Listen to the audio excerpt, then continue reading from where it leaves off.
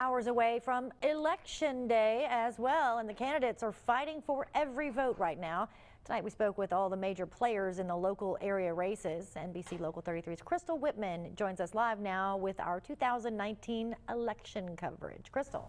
That's right, John. You've probably seen more political ads at this point that you can count, and you're looking forward to 8 p.m. tomorrow night at the end of this highly contested political season.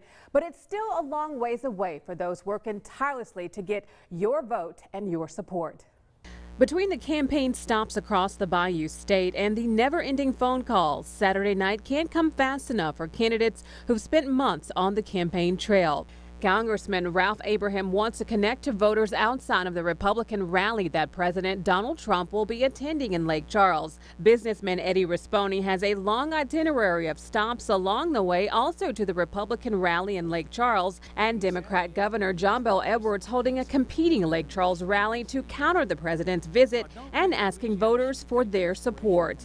But while the candidates are hoping to entice supporters once more, telling them to vote, East Baton Rouge Register of Voter Steve Rayborn is reminding voters to get there early. Ball games and everything going on. We've already had a lot of attention with early voting.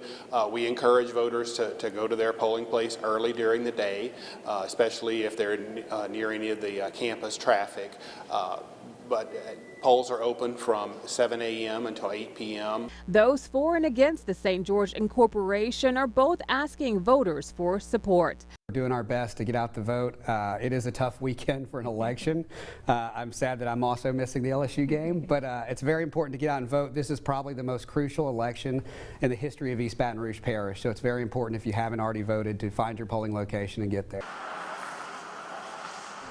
Now, we've seen one of the highest, earliest voting turnouts in the area this year at the polls, and the candidates are ready to see those returns come back Saturday night. Now, each of them are hoping they've swayed enough of the voters to come their way. Crystal Whitman, NBC Local 33 News.